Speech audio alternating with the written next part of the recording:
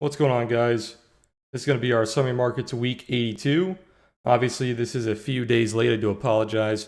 As you guys can probably hear, I'm in my new office now. It sounds like a cave in here. I don't really have a lot of furniture just yet, so it shouldn't sound like this for much longer. But we're going to get started. Obviously, we're going to go over SPY, Qs, gold, oil, USD, JPY, Bitcoin, Ethereum, and then we're going to get into our option and stock watch list for this week. Okay, so let's get started. So starting off with SPY, we already started off the week a little weak, honestly, pulling back. You did hit our 452 target, but you showed a little bit of weakness yesterday. You could pull back. There is a very small gap around 450, and then we have that support around 449.50. Most of the main support would be around 447. So if we do start to sell off a little bit this week, this is a little worrying that we do have a slight bear div here. One thing, though, is with the indexes, you will sometimes see these bear divs, and they don't have a very high strike rate because the indexes perpetually want to go higher, right? So they'll put in like daily, weekly, monthly bear divs, and they just get ignored. So that's not too much of a worry, but that does show us that the short-term momentum is pulling back a little bit. For right now, until we break above like 453, I would be slightly bearish. Above 453, I would look for like 456 and then pushing into around 458. Qs is a little bit more bullish. So we had a nice little doji yesterday, had a little bit of a bounce from the lows. You're almost pushing into all-time high, not just yet. If you can push all-time high, I would look for around 385 to 386. That would be the obvious target. If we start to break below today's low, then I would start to look for around 378 towards those Fibonacci supports. If we start to sell off a little bit more than that, I'd probably look for around 375, which would be that local resistance that we did break.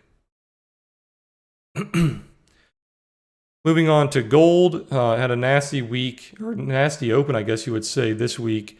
And we're kind of hovering around that 50-day moving average.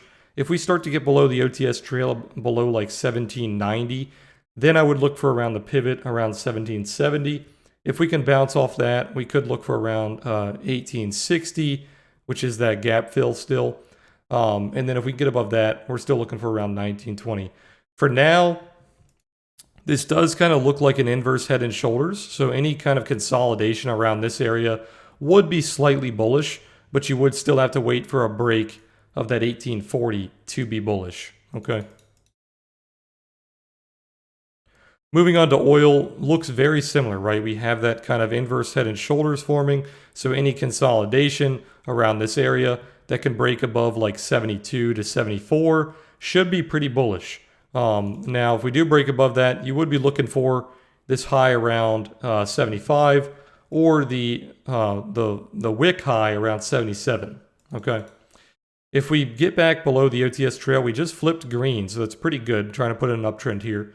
If we get back below that, there is support around 66 on that pivot, and then you do have some Fibonacci support somewhere around 64. Moving on to USD JPY, kind of the same thing here, putting in a nice accumulation. If we can get above the range around 110.50, we should be able to push into like 111.50 and start to gain some strength on the dollar there. If you start to break below this pivot around 109.75, then we'll probably look a little weak into the lows around 108.70. Moving on to Bitcoin. Bitcoin had an exciting day yesterday. Massive sell-off on the day. It was an 11% close, but if you take the full candle, it was close to 20%. So one of the biggest sell-offs in a single day that we've had in a very long time. I think it was the single biggest sell-off since the COVID nuke.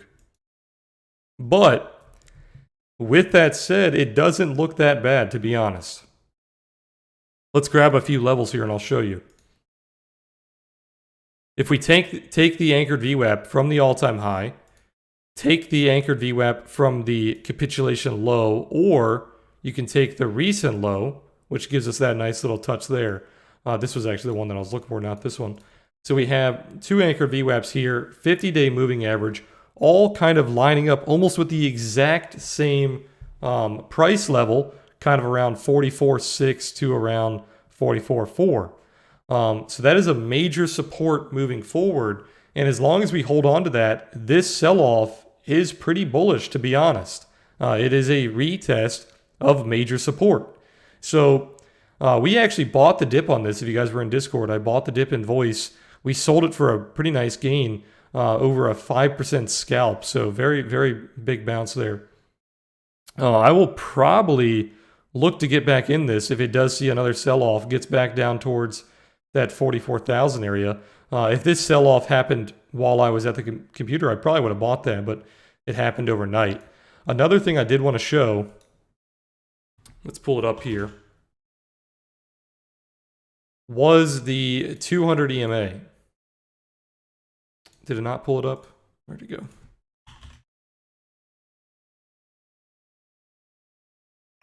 There we go. I want to show you how close it is to reacting to this 200 moving average. And if this does hit the 200, this would be a very key support for a dip buy, which also lines up with the range high. So you see this range high here that we were kind of failing before we broke out? This is a very key area that we could buy if it does continue to sell off around 41,000. Okay. So 41,000, 44,000, both very key areas. If we break below 41, then it's getting pretty bearish down into 37, 35, and then maybe that daily pivot around 33.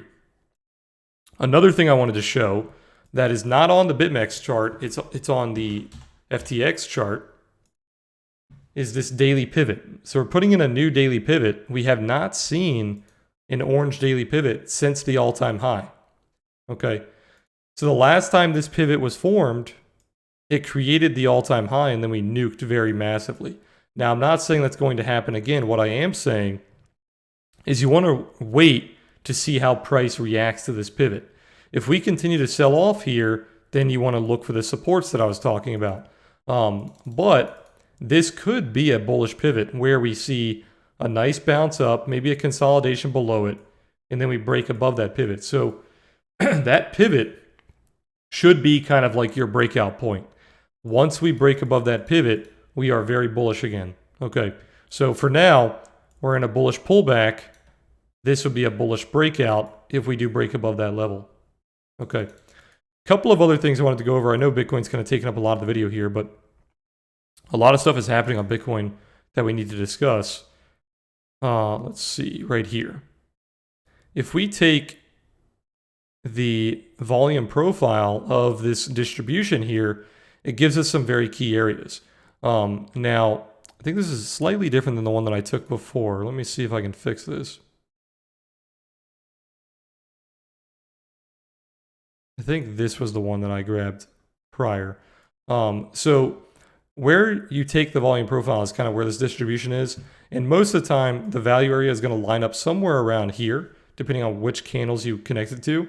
And basically, this little pullback here is retesting the value area low of that distribution. Okay, so until we can start to gain value back inside this value area low, so somewhere around 50,000 to like 52,000, this is bearish.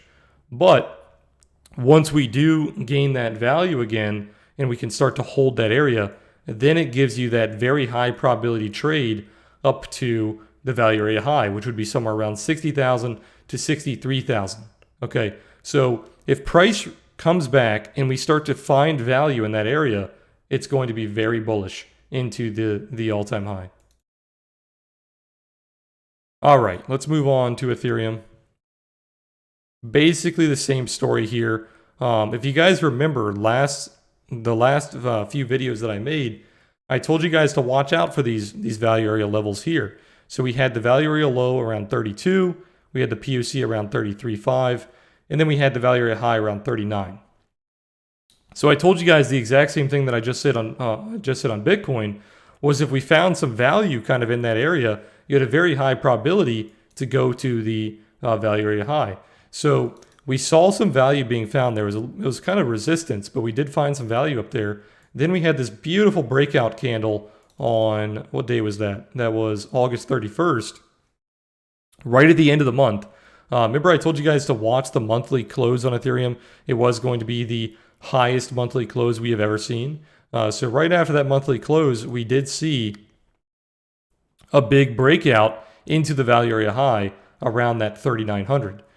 So that target was hit, and now we are pulling back to retest support, same as Bitcoin, right? We have the 50-day acting as support almost to the dollar. You can see that bounce off the 50-day was almost perfect.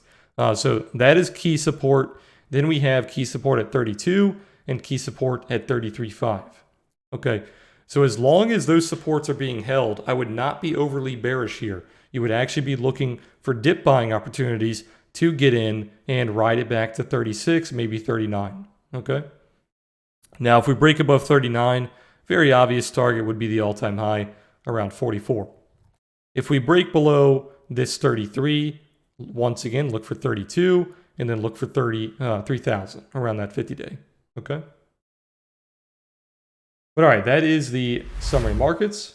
If you guys liked the video, make sure to hit the like button and subscribe. I am going to move on to the options watch list now. All right, so first up on the watch list is Home Depot. Home Depot had a kind of an accumulation here after a breakout on earnings from Lowe's. We are still looking for an opportunity to get in this. Maybe some value being found above 331 would be a very good entry. So keep an eye on that. Anything above 331 could push this higher into that gap, which would be around 340. Okay. Same thing with Lowe's. You had a big breakout on earnings. Now we're kind of bull flagging. If it can start to break above this pivot or pull back to the previous supports like the OTS trail, the pivot, or the 50-day, I would keep an eye on that for a bullish play. Airbnb, this was a big play I called out last week and yesterday in Discord. It was breaking the key resistance at 162. So if we can hold above this, we're kind of getting a micro pullback on today's candle. If it can hold above this level, we should be able to get 168 to 177 fairly easy. Okay, so keep an eye on that. DoorDash typically likes to run with Airbnb, and they're both looking very strong. You can see this very strong trend that we're in on DoorDash, and it's trying to break out of the trend right now. So if it can stay above like 195, very easily gets 200, and then above 200, we're looking for 215. Uber was one that I called out last week. You are bottoming on Uber here. You have a nice couple of dojis down here. Bottom warning on the weekly. Momo, you are not confirmed yet. It's more of a warning. But you are retesting a very key SR flip here. So if you can bounce out of this area, kind of flip the OTS trail here. You can see the OTS trail is very red. We are turning green on the OTS, and we have recovered this pivot. If we go down to the 4-hour,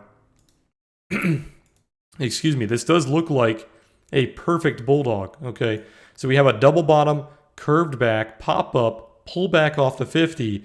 Now if we can get back above this 50, get back above the OTS trail, you could see the 50-day, and we could see the 200 or that pivot. Tons of support, or sorry, resistance around this area that we could target, anywhere from 45 to 47.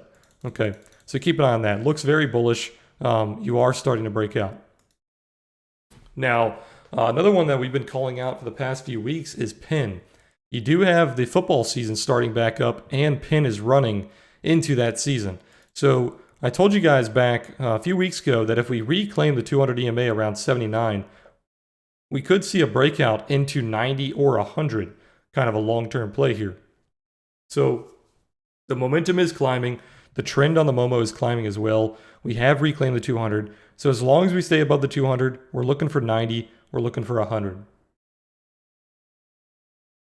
DraftKings kind of leading PIN here, breaking out a little sooner than PIN. We do have that breakout around 60, or sorry, we do have the breakout and the target around 64. Next target would be 66, and then we would be looking for a blast off into like 72.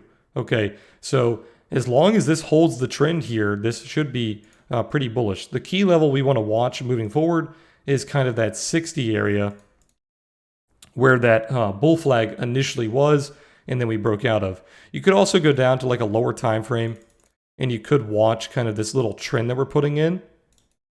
So watch that trend and then watch that support.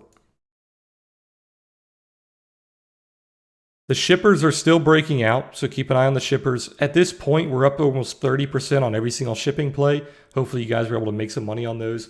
I am trailing my stop. I'm not looking for targets.